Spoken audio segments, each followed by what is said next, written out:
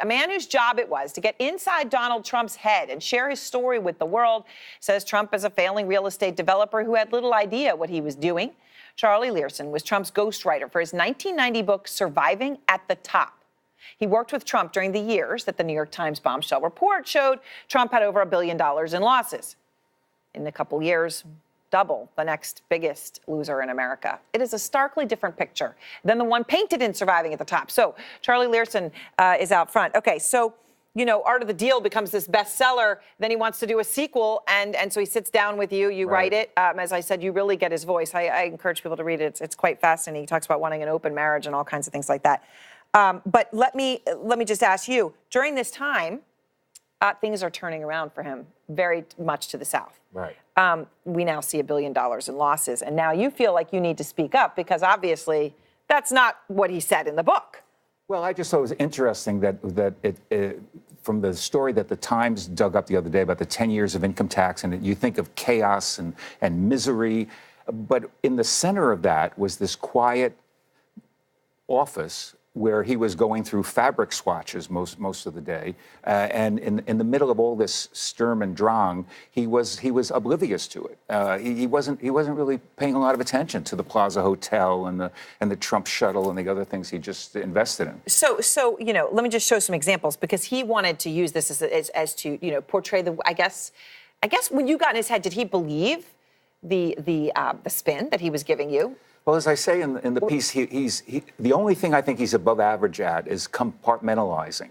So he was able to put all that bad stuff in a box that he didn't think about during the day. And I think it only really bothered him when it became public. At this time, like, things were really going to hell in his business, but the public didn't know about it yet, so he wasn't that concerned. Right, and then he wants to put this book out to, I'm curious what word you'd use, okay? Because let's talk about a yacht. He bought a yacht. He calls it the Trump Princess in 1987, actually from a relative of Jamal Khashoggi, Adnan Khashoggi.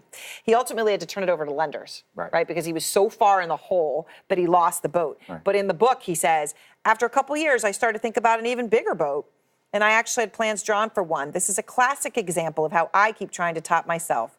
Owning the world's most magnificent yacht only made me want to get something bigger and better. But as much as I've enjoyed it until now, I don't need it anymore, and I don't want it anymore. In that year, when it was taken from him, he had $42.2 million in business losses. This was not spinning. Right. This was just a blatant lie. Oh, yeah. And I can still see myself at my kitchen table writing what you just read, you know, you remember in his him voice. Telling you this? Well, no, he didn't tell me that. We had each time we had a whole book of braggadocious stuff all prepared. And then as we were ready to go to press, Forbes magazine and some other people came out with the news that he actually had a below zero net worth, that everything was going south. His wife, Ivana, left him at the time. Mike Tyson was his meal ticket in Atlantic City, got knocked out. Everything was going poorly. So we had to salvage the book. We had to come up with these lame explanations, meaning me and the editors, and to Trump try to sell the whole thing. He wasn't really involved in it. Interesting. He makes a point in here of saying, you know, he's the one who left Ivana. I mean, that all is in there as it's happened contemporaneously. Trump shuttle.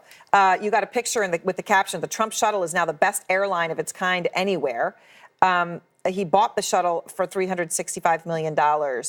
It never made a profit. Lost $182 million that year on his business losses. So that was also BS. It was. And all of these deals were really stupid deals that he made for the Plaza Hotel, the Trump shuttle. He simply paid too much for them. And he did the equivalent of, like, if you bought a house and only put $10 down, your mortgage would be astronomical. And you couldn't pay it every month. And that was the position he was in. So what was your impression of him?